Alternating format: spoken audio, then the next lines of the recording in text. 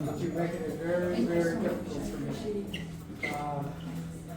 I know a lot of people are busy that wanted to be here that are not here. But the people that are here, hopefully you can carry the message back to the ones that are not here and tell them how much I appreciate their support for the 10 years that I was able to contribute to Saudi Aramco. I think Nigel said it best, is that from day one, when I came here, I had one goal, and that simply was to share my knowledge and my experience in Saudi Aramco and help build the HR function.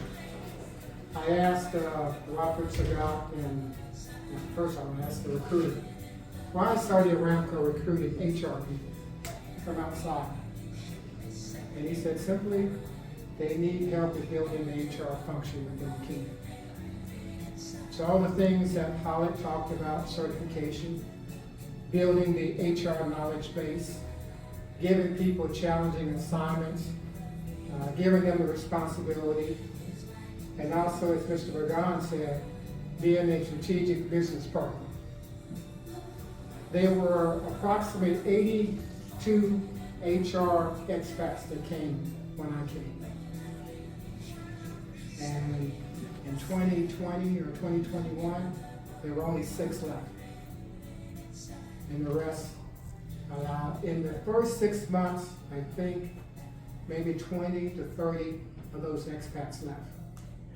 They left because of unrealistic expectations, challenging assignments, not willing to work with the Saudi nationals to do knowledge transfer, to build other people. You build a function by building other people. So when I look at Rayon, I look at Sultan, I look at Lowell, I look at everybody in this room, Yahya Dariri, Rafat Sagat. When I came, Rafat Sagat was the HR leader in the organization. And I said, first decision I made, I can either leave because they already have an HR leader, or I can work with this guy and his team and build the HR function within the organization. And I chose the latter. And thank God that I was fortunate enough to have a boss, Mr. Bergan, well first Mr. Bazier, in the short time that I worked with him. But then when Mr. Bergan came, this is when the HR really took off. Because here was a guy who understood HR, and the key word he said was trust. Corporate HR would always say, why are you guys doing this? And I had one answer for them. Because our boss asked us to do it.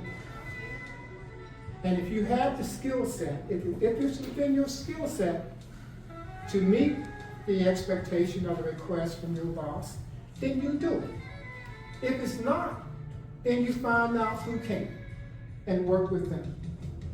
We never said no. I wish Yahya was here because I have a story about Yahya. Every time Mr. Bergan would ask us to do something, Yahya would be the one who would put a time limit on. You got 2 weeks. Or we have 1 month. And then we have to give him something. And I would always say, well, that's not enough time to really do a thorough assessment or an evaluation. However, we can do a courtesy and then do an executive summary and then follow up with the final report.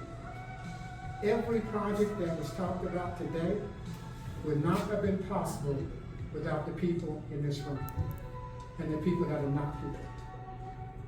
Because it's a total team effort. Me, I'm not, sometimes I'm not the best political savvy person. I'm in the background, and I don't mind being in the background. And I will let someone else who's more savvy, let them be upfront, let them communicate the message, the result. But the details is what we as HR people have to learn to be better at. The details. Answering the questions that bosses will ask. When they ask what is the final outcome, being able to look ahead and see what the outcome is going to be.